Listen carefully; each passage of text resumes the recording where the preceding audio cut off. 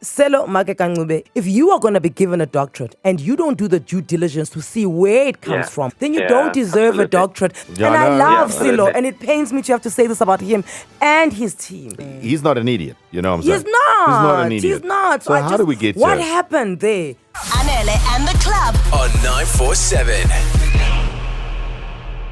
Whoa, top of mind, all of a bit of this week and last week. Okay, we need to talk about this on a serious note. How do you feel about honorary doctorates? Well, I don't have one. Okay, that's your first feeling. But I mean, you are surrounded by people that, get them. I know Dr. Rebecca Malope, she got one from the Massachusetts University. Most deserving person ever. Okay, 30 albums, who were all number one, 30 years in the industry, running gospel across the continent. They honored her with an honorary doctorate. It's never really made sense to me, to be honest. I don't know what you do. Can you do something with it? Can you... what do you get? What do you get? Is it just a... So it's basically how it generally works, right? It's a recognition of people's contribution to a sector. Okay. But the difference with that is, for example, if you've got honorary doctorate, let's say in music, technically, academically, we don't treat you the same as someone who's got a doctorate that they've studied like for. in engineering, Yes. doctor of engineering. But then do you walk around going, well, I've got a doctorate, but not like the real one? No, you call yourself a doctor. Selo Makangube, who used to be, we got introduced to him. He'd been, acting and on stage longer than that. But in 1994, we got introduced to him when he played Archie in Generations. Yep. And he's been on the screen and on the plank when it comes to theatre ever since then. He played Mufasa at the West End, I believe. He is a legend of Total legends. legend. Then he gets honored with a doctorate, right? An honorary doctorate in, I suppose, in arts and culture. Turns out the institution that has honored him this is a fake one. Trinity International Bible University. Didn't sound but then when I went into this, Thembekile, to research it, a lot of people were handed honorary doctorates by this Trinity debacle. Oh, it was quite a star-studded graduation this weekend. I mean, Salomaki Kangube got one. Winnie Mashaba, also a big gospel artist, got one. Yeah. I think another actress, Elizabeth Surunya from Scheme Sam on SABC one of the most popular shows on SABC. Nah, also they're got just honored. handing it out now. No, is that not like influencer vibes? Like, let's give all the famous people doctorates and then draw attention to our school. Yeah, I suspect it's a sense of, when you try to lend legitimacy to something that's not necessarily legit. Because if you've got people with big names, everyone is likely to look you up and try to enroll if that's the case. So I have a few questions around this. Is there not a body that kind of governs whether an institution can give someone? So let's say Wits University decides, okay, we're going to give Anele an honorary doctorate in media because she's been at this thing for 25 years. Surely they should have to go and ask someone, like a Senate. Well, And then the Senate looks at my credentials and says, not ready yet. I suppose I don't know if there's that thing, but there is definitely a governing body that decides whether an institution is an institution, like of learning. You see, I think these Trinity guys, they shot for the lights and they got blinded. Because first, solidify yourself as an institution before you run around handing out doctorates, guys.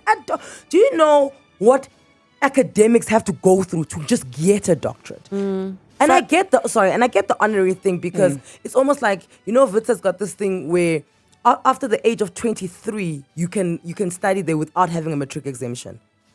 There are programs now for people, like there's a career honors, for example, in journalism where you can skip certain things. Yes, so you only have to have had your matric, but because you've been in the field of journalism for 10 years, then you're allowed to go straight to your honors. Okay. And then afterwards, you do your master's, and then you go for your doctorate. So I get that. And I get why you'd want to give somebody an honorary doctorate, because if I've been in the industry for 40 years, I've pretty much amassed all the knowledge that you were going to get by doing a 4 or 5 year degree. I get that. Furthermore, 9 year for your master's and honors and doctorates and all of that. You must ask. Ask us first before you hand out doctorates. So universities give honorary doctorates at their discretion. However, to do that, you actually have to be a legit institution. Like- And that is the problem with this institution, that the education department was saying, higher education, that it's not a real thing. They're not supposed to give you any kind of degree. Controversial opinion. Ooh.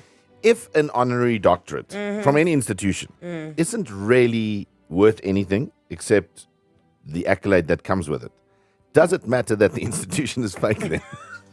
Yes, because now you're a fake doctor. Also, what's interesting is you can only be called doctor on the institution that gave you the doctorate. You can only be called doctor on their premises. Outside of that, at your house, I'm not a doctor.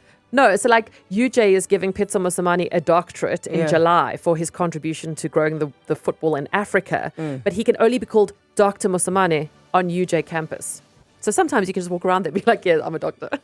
I just feel like even at a certain age, you should be older than they must wait for you to be like 55 or 60 before they start handing that out. You can't just be now you're 48, you're an honorary doctorate. No. Or maybe you were a genius or something in the field. Then you would have studied it and got a proper doctorate. I suppose. If you're a genius, you're gonna go study for your doctorate and be called a doctor further than the gates of it. Okay. Go to Cindy's house. Doctors. Will Dr. Anele Mdoda be having potato salad? Of course she will. So, kudos to Dr. Blade. Isn't he Dr. Blade Nzimande himself? Dr. Blade Nzimande, but I think he's a doctor. He's an actual doctor. Oh, thank God for Let's find out. Let's see some paperwork. Yeah, let's ask. We've got his spokesperson to the Minister, Blade Nzimande. Thank you so much, Veli Mbele, for giving us your time. Welcome to Anele and the club. Good morning once again to you and the team, Susanne. Thank you so much for giving us your time. And I know that the minister would have loved to speak to us, but he's got prior engagements.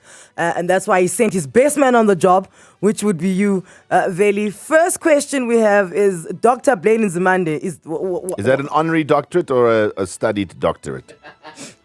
It is what is called a substantive academic PhD. Oh. Okay, that's substantive academic PhD registered by a duly registered university. That's what offered it. AKA he put in the work. He put in the work and studied. Okay, absolutely. That's our guy. That's our guy. So So the key word is substantive. Oh, so no, but my question then is, you said a duly registered institution.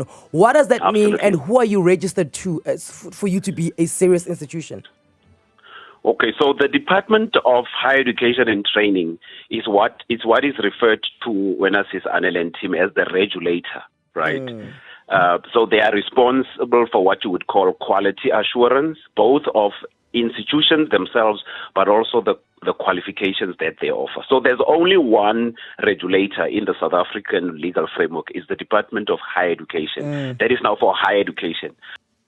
Any institution that operates in the South African framework, be it a private institution or a public institution, has to be registered with the Department of Higher Education through, amongst others, the Council on Higher Education, right? And one of the things is that in addition to registering as an institution, the qualifications that you offer also have to be accredited. So it's not just enough to register and say, I'm a university or I'm a private college. Your qualifications that you offer should also be legally registered. What is also key to understand in the case that you have used as the reference for this discussion, in the South African legal framework, specifically the Higher Education Act, the only institutions that are allowed to use the title university are public universities. So there are no private universities in the South African legal framework. Let's start there. Amen. Right? There's no such thing as a private university because there exists none in terms of the law. Anything that calls itself a private university is illegal in the South African context. It's illegal. So what do private institutions call it then? So when it comes to institutions that offer the equivalent of university qualifications, right, we refer to them as private higher education institutions. But sooner or later, they would have to come and get some sort of approval from the government, right, from the Department of Education, Department of Higher Education, even though they are a private institution, right? They can't do it sooner or later, says Anele. They must do it they must first register, right? It's just like, I want to give a common example with a a driver's license or an ID, you don't go and get it somewhere else and then you later go to the department and say, I want to apply for you to recognize my ID or driver's, which I got somewhere else, because there are only particular authorities that are legally allowed to issue driver's licenses, ID documents, and qualifications. And in terms of, let's go to Trinity International Bible University, right? Now, if you go to the department's website, right, there's a list that we are required to publish by law every year. That we must a list of institutions that are registered and those that are not registered. Now, Trinity International Bible School, on page 179, it is registered as institution number 89, registered on the list, right? Of the institutions that are generally referred to as bogus. So it's, right. it's on the list of bogus.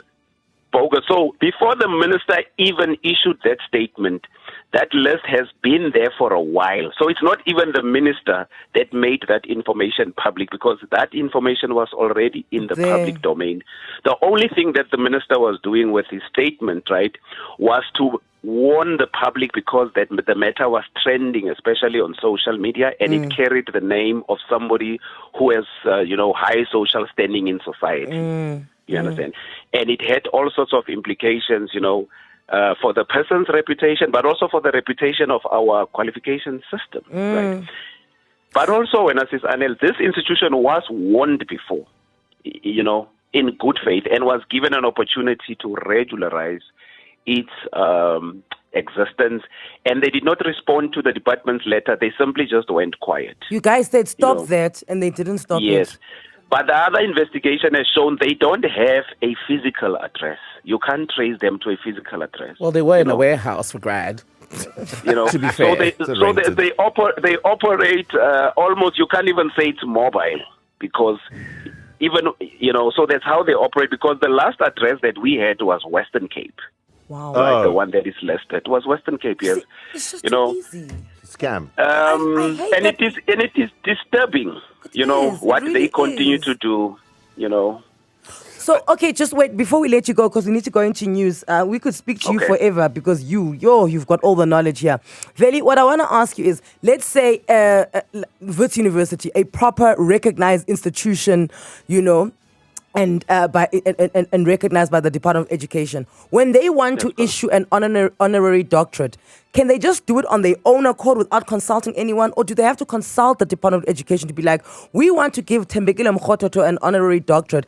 At which point then there's a discussion and we table why we feel that this person should get it, and then the department is allowed to say to Wits, no, you may not. It is still early days. It is. We were not saying he'll never have one. We're just saying it's premature. Sure. Are you allowed to do that as a department? Because I think you should be allowed to. That's actually a very brilliant question. So in terms of our system, only universities are allowed to offer honorary doctorates. Only universities, right?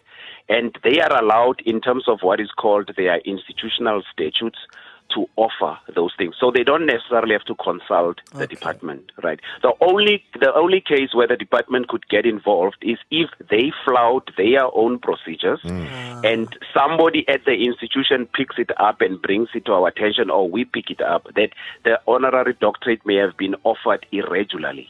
Okay. You understand? Yeah, because there is a clear criteria by which all our universities, it's something you can get access to, so that when they offer a person a honorary doctorate, there's a clear, it's actually, if you were to there's a law at every university that says that sort of governs you can get it.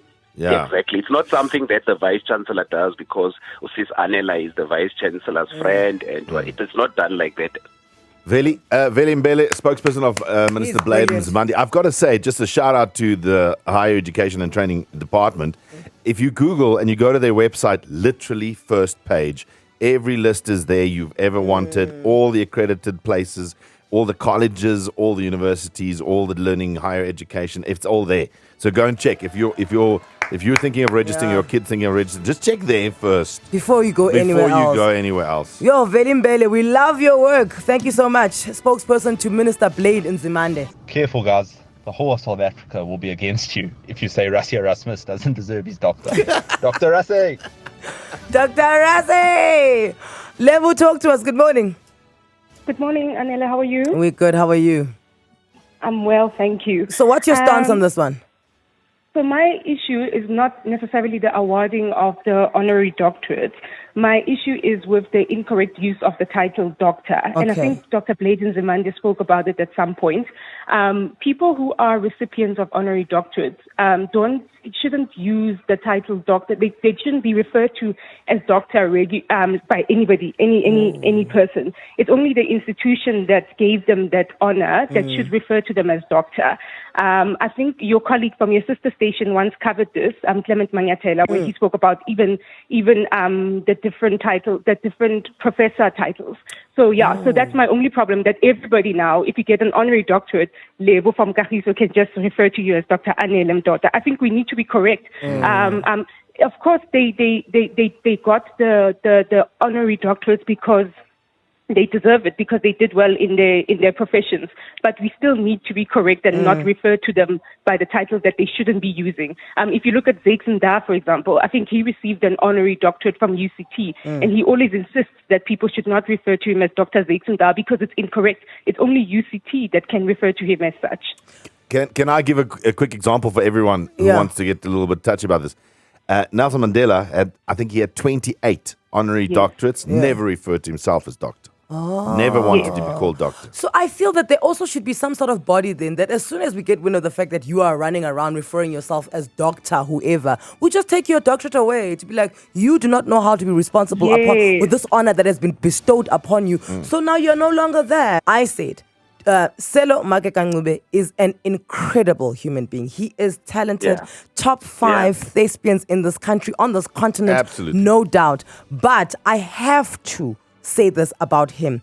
If you are going to be given a doctorate and you don't do the due diligence to see where it comes from, yourself, and why? Because if you have to come to me and be like, hey, Anele, want to give you a doctorate, I'll be like, why? Tell me why. What have I done that qualifies me to get it? And I feel that if you're not doing that little bit of work, then you don't deserve a doctorate that requires you to do 20 years of studying. If you can't do 5 minutes of research with your team, then I don't think you deserve to be called a doctor. Anyway. Yeah, and I love Silo, and it pains me to have to say this about him and his team. Yeah, I don't know how they got.